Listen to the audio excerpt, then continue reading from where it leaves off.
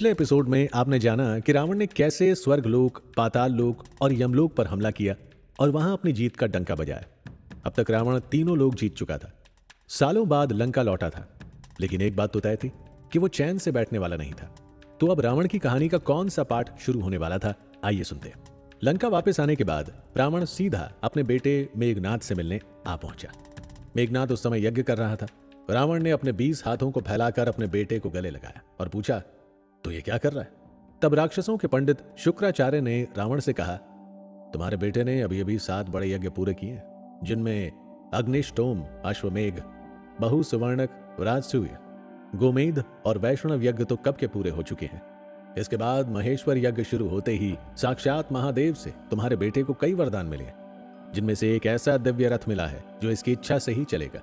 इसके अलावा तापसी नाम की माया मिली है, जिसके असर से चारों ओर अंधेरा छा जाता है। जिसके पास ये माया रहती है, उसकी रफ्तार का पता ना तो देवता लगा सकते हैं, ना ही राक्षस। इसके अलावा तुम्हारे बेटे को 2 ऐसे तरकस मिले हैं जिनमें कभी बाण खत्म नहीं होते हैं। दुश्मनों को धूल चटाने वाला धनुष और बलशाली शस्त्र भी मिला है। आज ही यज्ञ पूरा होने पर इसे ये सब कुछ मिला है। हम दोनों ये खुशी बांटने के लिए आज ही आपसे मिलना चाहते थे और आप खुद ही आ गए। ये सब सुनकर रावण बोला, ये काम अच्छा नहीं हुआ, क्योंकि इसमें तो तुमने तरह तरह से मेरे दुश्मन देवताओं की पूजा की होगी। अब जो कर लिया वो कर लिया, सब ठीक है, क्योंकि एक बात तो तय है कि इससे तुम्हें पुण्य जरूर मिला होगा। ये कहकर रावण मेघनाद और विभीषण के साथ अपने महल आया। वहां उसने उन रोती हुई महिलाओं को विमान से उतार दिया। पराई स्त्रियों की ओर रावण का लगाव देखकर विभीषण बोले, राजन, आपका ये व्यवहार आपके यश, धन और वंश को खत्म कर देगा। हे राजन, जिस तरह आपने इनके भाई बंधुओं को मार पीट कर इन्हें हासिल किया है, ठीक उसी तरह मधु नाम का दैत्य आपके लंकापुरी में ना होने का फायदा उठाकर आपकी बहन कुंभनसी को उठाकर ले गया। रावण ने पूछा, जब मधु हमारी बहन को ले जा रहा था तब तुम सब क्या कर रहे थे? विभीषण ने जवाब दिया, आपका बड़ा बेटा यज्ञ में लगा था, मैं जल में था, भाई कुंभकर्ण गहरी नींद में सो रहे थे। इसी समय महाबली मधु ने हमला किया और यहाँ के प्रधान राक्षस मंत्रियों को मारकर कुंभनसी को उठा कर ले गए। हमारी बहन घर के अंदर सुरक्षित थी, लेकिन आप अपनी गंदी बुद्धि की वजह से पापी हो गए। दूसरों की बहन बेटियों को उठाने का जो पाप आपने किया है, उसका फल आपको इसी जन्म में मिल गया। विभीषण की बातें सुनकर रावण गुस्से से खौल उठा।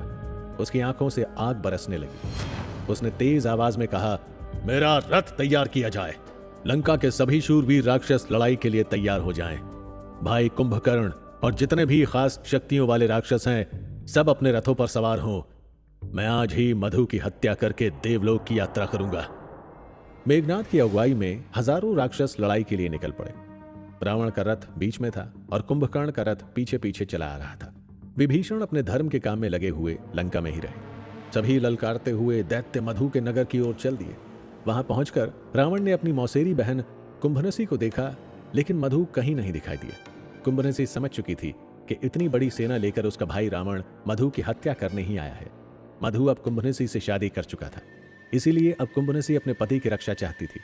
उसने अपने भाई रावण से अपने पति मधु के लिए जीवन दान मांगा। रावण पहले ही अपनी एक बहन को विधवा कर दुखी था, इसीलिए उसने मधु को मारने का विचार छोड़ दिया और बोला, हे बहन, तेरा पति कहाँ है? उसे बोला, मैं उसे अपने साथ लेकर स्वर्ग लोक जाऊंगा और वहां से जीत कर लौटूंगा।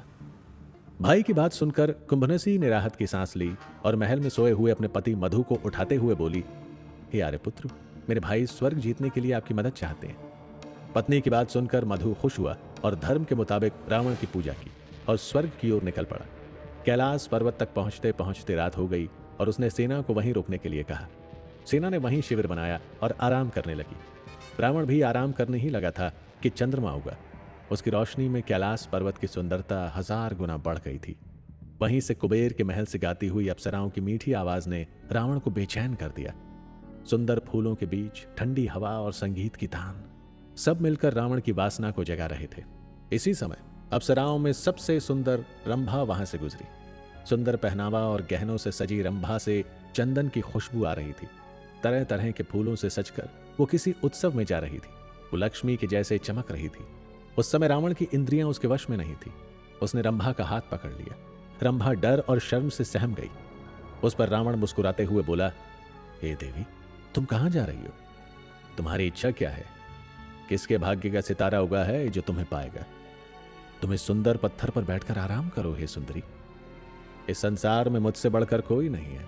इंद्र, विष्णु, अश्वनी कुमार कोई भी मेरे सामने खड़े होने की हिम्मत नहीं करता। इसीलिए मुझे छोड़कर किसी और के पास जाना सही नहीं है। देख, मैं तीनों लोगों का विधाता रावण हूं और तुझसे हाथ जोड़कर विनती करता हूं। इसीलिए हे सुंदरी, मेरी बात मान ले। रावण की ऐसी बातें सुनकर रंभा डर से कांप उठी। उसने हाथ जोड़कर कहा, हे राक्षस राज, आप मुझ पर कृपा करें। आपको मुझसे ऐसी बात नहीं करनी चाहिए, क्योंकि आप मेरे लिए महान हैं, मेरे लिए गुरु और पिता के जैसे। अगर कोई दूसरा मुझसे ऐसी बात करे तो आपको उससे मेरी रक्षा करनी चाहिए। आप तो खुद ही मुझसे ऐसी बात कर रहे हैं। ये ठीक नहीं है। मैं धर्म से आपकी बहू हूं। मैं आपसे एकदम सही बोल रही हूं। इस समय मैं आपके बड़े भाई कुबेर के बेटे नलकूबर की सेवा में जा रही हूं। मुझे इस काम से ना रोकें। कृपा करके मुझे छोड़ दें।